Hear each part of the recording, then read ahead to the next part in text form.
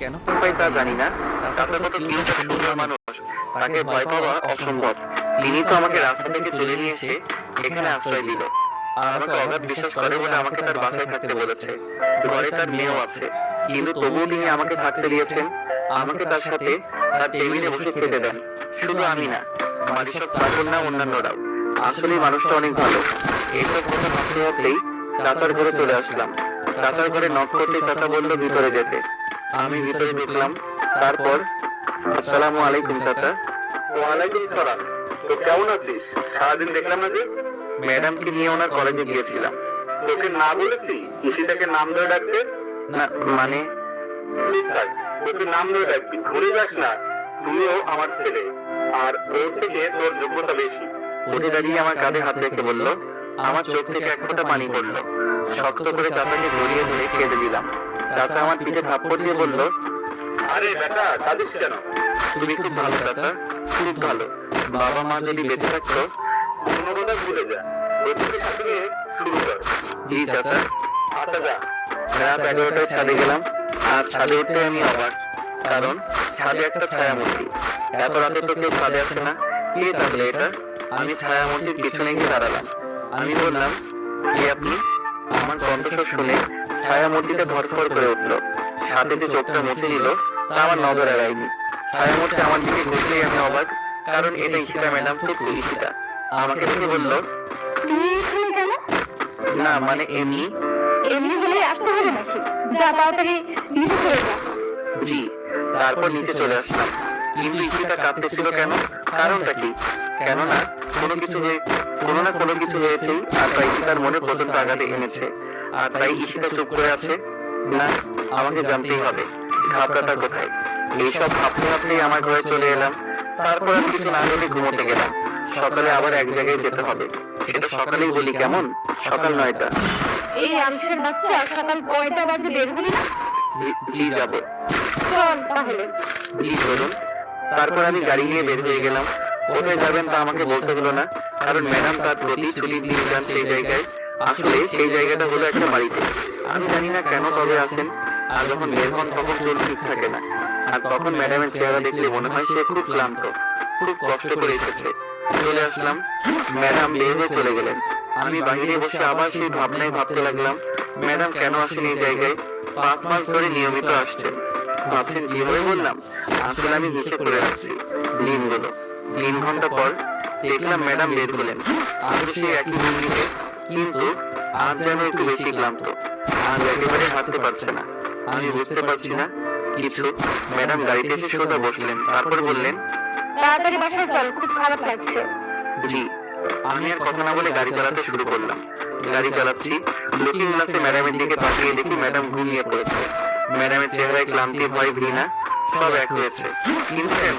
সেই কেনের উত্তর এখন না খুঁজে গাড়ি চালানোতে মনোযোগ দিলাম। বাসে এসে পড়েছি। ম্যাডামকে ডাকলাম, কিন্তু ম্যাডাম উঠছে না। কিন্তু গায়ে হাত দিলে তো থাপ্পড় খেতে হবে। দূর যা হবে তা হবে, আগে ডেকে নিই। ম্যাডাম, ও ম্যাডাম, উঠুন, বাসায় চলে এসেছি তো। ম্যাডাম বলে উঠলো। তারপর হালকা হালকা ভাবে চোখটা খুললো। আমার দেখে মনে হচ্ছিল চোখ দুটো খুলতেও খুব কষ্ট হচ্ছিল। অনেক কষ্ট। বলল, আমাকে কোলে করে নিয়ে আমাকে একটু আমার ঘরে দিয়ে, আজ আমার শরীর খারাপ লাগছে, প্লিজ। আমি কোলে নিলাম ম্যাডামকে। তারপর ম্যাডামকে নিয়ে উপরে উঠছি। সবাই হয়তো অবাক হচ্ছে, আমার কি? তারপর দেখি চাচা আমাকে দেখে দৌড়ে আসলো। তারপর বলল, কি হয়েছে রাকিব? ওর এই অবস্থা কেন? কিছু না চাচা, মাথা ঘুরে পড়ে গিয়েছিল।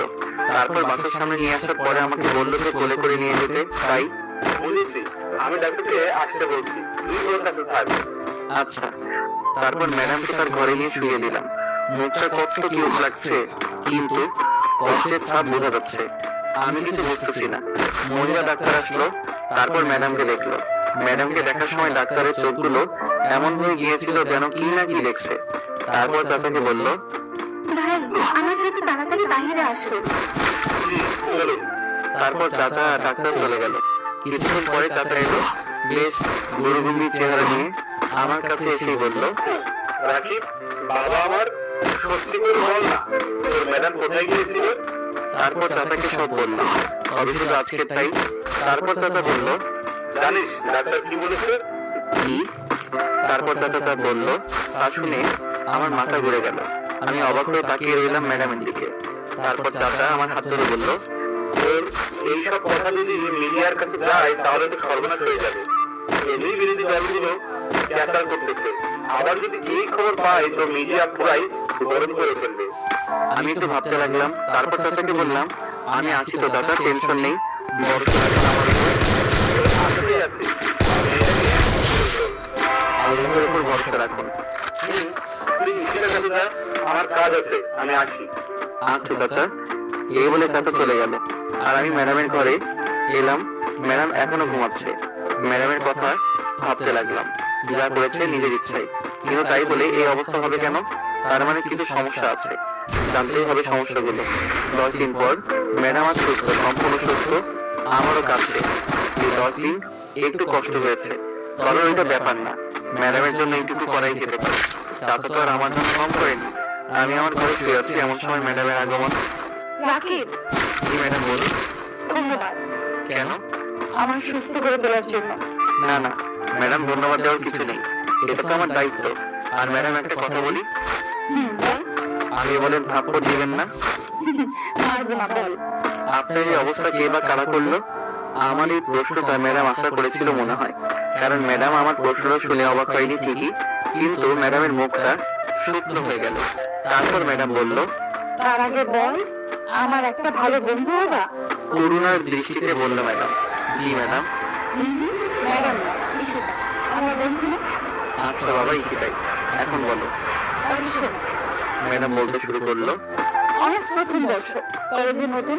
আমার বাবার পরিচয়টা গোপন করে আমি গিয়েছিলাম কলেজটাতে। আমি চাইনি যে আমার বাবার পরিচয়ে সব জায়গায় সুবিধা পেতে, তাই গোপন করা। 6 মাস পর আমার অনেক বন্ধু হয়। সুন্দরী ছিলাম বলে ছেলেরা প্রপোজ করতো, কিন্তু রিজেক্ট করতাম।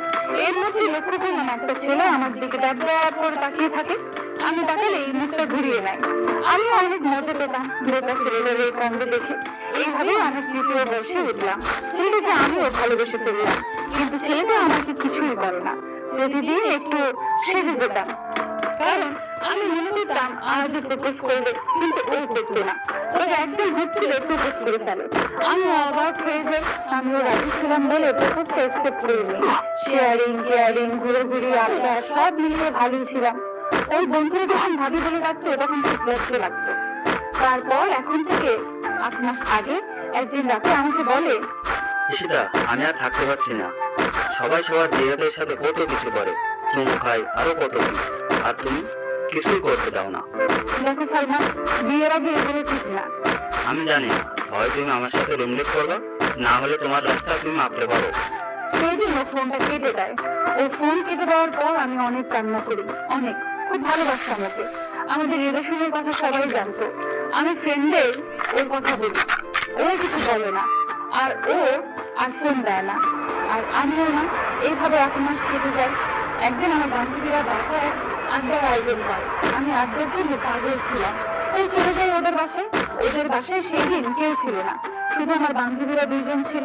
আড্ডার ফাঁকে ফাঁকে চা, কফি, রান্না সবই চলছিল। আমি রান্না পারতাম বলে ওরা আমাকে রান্না করতে দেয়। আমি রান্না শেষ করে ফ্রেশ হয়ে এসে দেখি ওরা খাবার প্লেটে বেড়ে ফেলেছে। আমার জন্য বেড়েছিল। আমি খাবারটা খাওয়ার কিছুক্ষণ পরে আমার মাথাটা ঘুরতে লাগলো। তারপর আর কিছু মনে ছিল না। যখন চোখ খুললাম তখন দেখি সাকিব আমার মুখের উপর তাকিয়ে আছে। আমি ভয় পেয়ে তাকাতেই বলে, আজ কই যাবি? সাকিব, কিছু করো না প্লিজ, আমাকে যেতে দাও প্লিজ। যাবি, যা। তবে তোমার শরীরের দিকে তাকিয়ে দেখো তো। আমি যখন আমার শরীরের দিকে তাকিয়ে দেখি আমার শরীরে কোনো কাপড় নেই। আর